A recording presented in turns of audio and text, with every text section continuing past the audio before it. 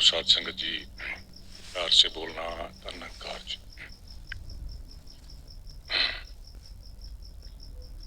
साध संगत,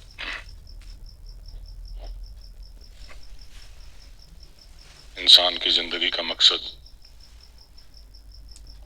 इसका उद्देश्य इस प्रभु परमात्मा को जानना है। और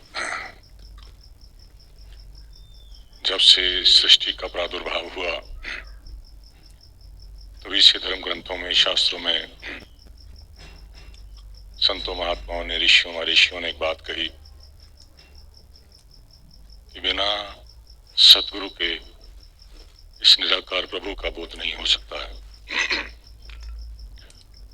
और आज हम सब बहुत भाग्यशाली हैं। इस समय के सदगुरु माता सुदीक्षा जी महाराज जी की अपार कृपा से ब्रह्म ज्ञान की दात हमारी जिंदगी में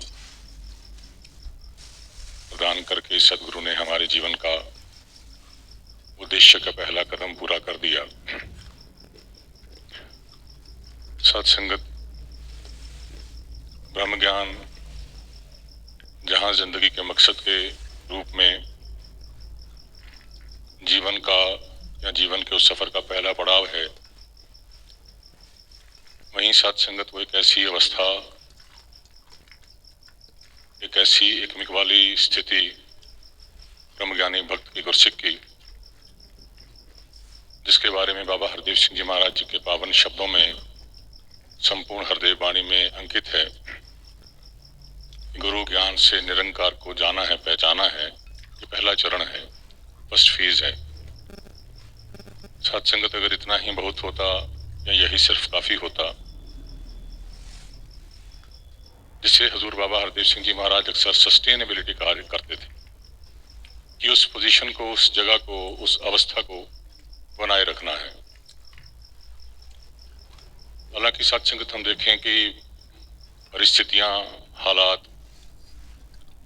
जो आम इंसान की जिंदगी में होते हैं, वो सत्संगत कोई व्यक्ति, चाहे वो इस निराकार दातार के साथ इसका बोध हासिल नहीं है या जिन पर ये कृपा हुई है, वो भी सत्संगत की स्थितियां, परिस्थितियां तो आती रहेंगी, लेकिन जिस अवस्था का पातशाह ने जिक्र किया है कि वो अवस्था गुरसिक को, इस निरंकार दातार को जानने के बाद भक्त की, गुरसिक की एकमिक वाली अवस्था, उसको सस्टेन करना होता है। उसके लिए सत्संगत कुछ एहतियातें हैं। गुरसिक की सत्संगत चेतनता है, जागरूकता है, उसे पता होता है कि मैंने क्या देखना है और क्या देख करके भी मैंने नहीं देखना है, क्या सुनना है, क्या मैंने सुन करके भी नहीं सुनना है। सच्चे पातशाह सतगुरु माता सुदीक्षा जी महाराज ने कल अपने प्रवचनों में सत्संगत हमारी रोजमर्रा की जिंदगी के साथ जुड़ी हुई उदाहरण बख्शिश की, और ये इतनी सत्संगत हमारी जिंदगी के साथ जुड़ी हुई है कि भूख लगी है, पेट शांत होना है, भूख शांत होनी है, अब हमारे सामने विकल्प है। और आजकल सत्संगत अभी भी कुछ नए वेरिएंट्स को लेकर के बड़ी सारी कुछ अंदाजे, कुछ डर का माहौल, लेकिन इन सभी के अंदर सत्संगत जो एक जरूरत महसूस की जाती है, वो है हमारे शरीर का इम्यून सिस्टम, कितनी हमारी इम्यूनिटी स्ट्रांग है। और उसके लिए सत्संगत हम सभी जानते हैं कि बार बार हमें, चाहे डाइटिशियंस, डॉक्टर्स, बड़े बड़े विशेषज्ञ ये बात बताते हैं कि जितना जितना हम पौष्टिक खाना खाएंगे, पौष्टिक आहार लेंगे, हमारी सत्संगत जो इम्यूनिटी है वो बढ़ती चली जाती है, वो सस्टेन्ड रहती है।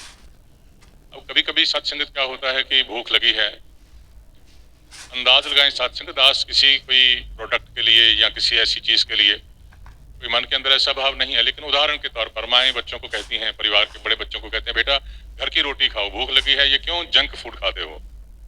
तो सत्संगत पेट की भूख तो जंक फूड खा करके शांत हो जाएगी, लेकिन क्या उससे मुझे सेहत मिलेगी।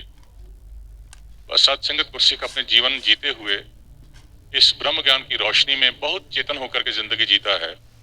और बार बार सत्संगत जब ये बात कही जाती है कि पक्कियां दे विच मिलके बैठो, कच्चियां दे विच मिलो ना, फिर सात संगत बख्शिश की लोकी लख भुलेखे पावन। कोई एक दो भुलेखे भरम नहीं होते हैं, लाख भुलेखे।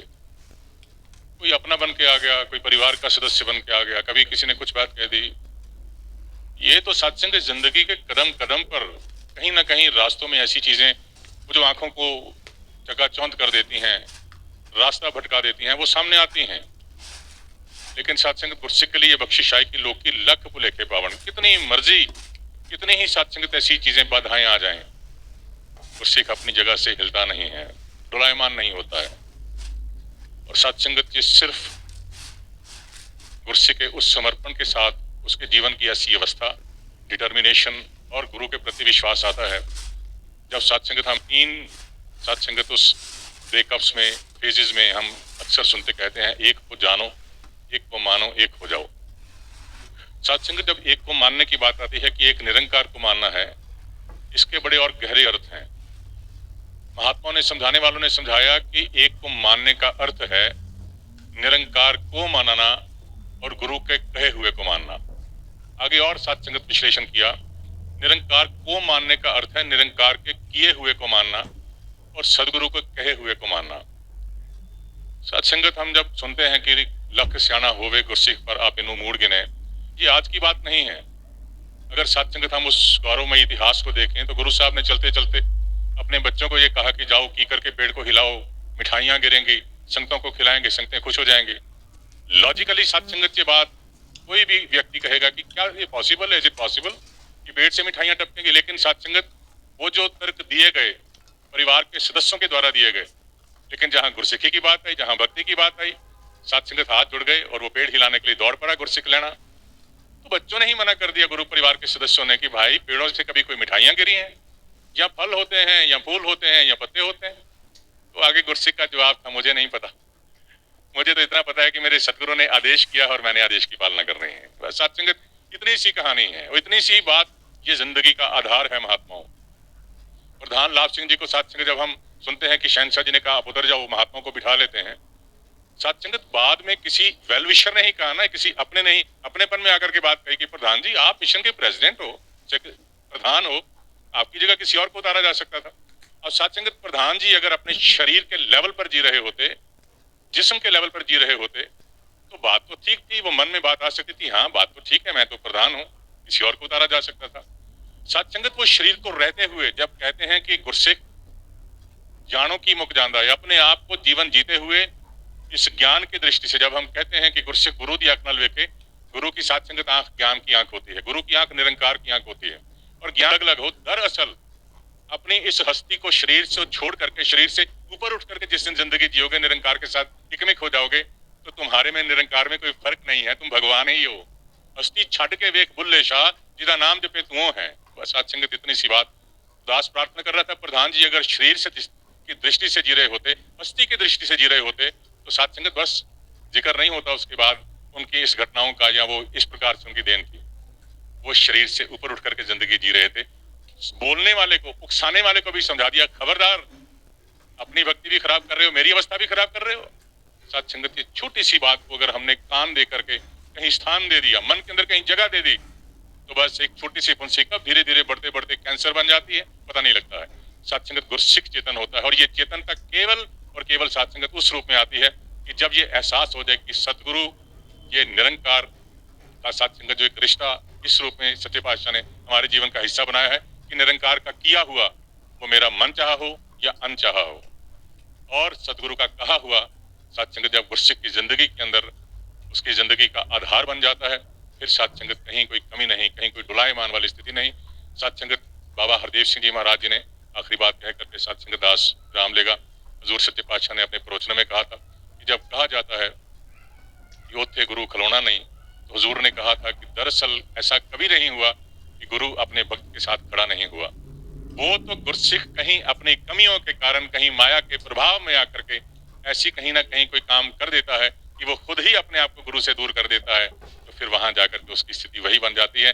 वरना गुरु अपने गुरसिख को कभी भी अकेला नहीं छोड़ता, कभी भी कहीं उसके साथ का उसका साथ नहीं छोड़ता, उसका दामन नहीं छोड़ता। सत्संगत बहुत सूक्ष्म दरबार है। पता नहीं सत्संगत इस वक्त कौन सा समय, कौन सी परिस्थिति मेरी सत्संगत आंखों को चुंधिया देती है। सच्चे पातशाह आशीर्वाद देना, कृपा करना। बस आप आशीर्वाद दो, कृपा करो, जैसे आप चाहते हो, जिस तरह से, जिस रास्ते पर आप चाहते हो। मेरा मन कभी भी कहीं कोई फन ना उठाए, मेरा मन, मेरी सोच, मेरी अकल, हमारी कहीं कोई हस्ती सामने नहीं आ जाए। आपके चरणों में जो आप कहें, दिन को दिन कहें, रात को रात कहें, ऐसी अवस्था हम सबकी बना देना। प्यार से बोलना। आनंद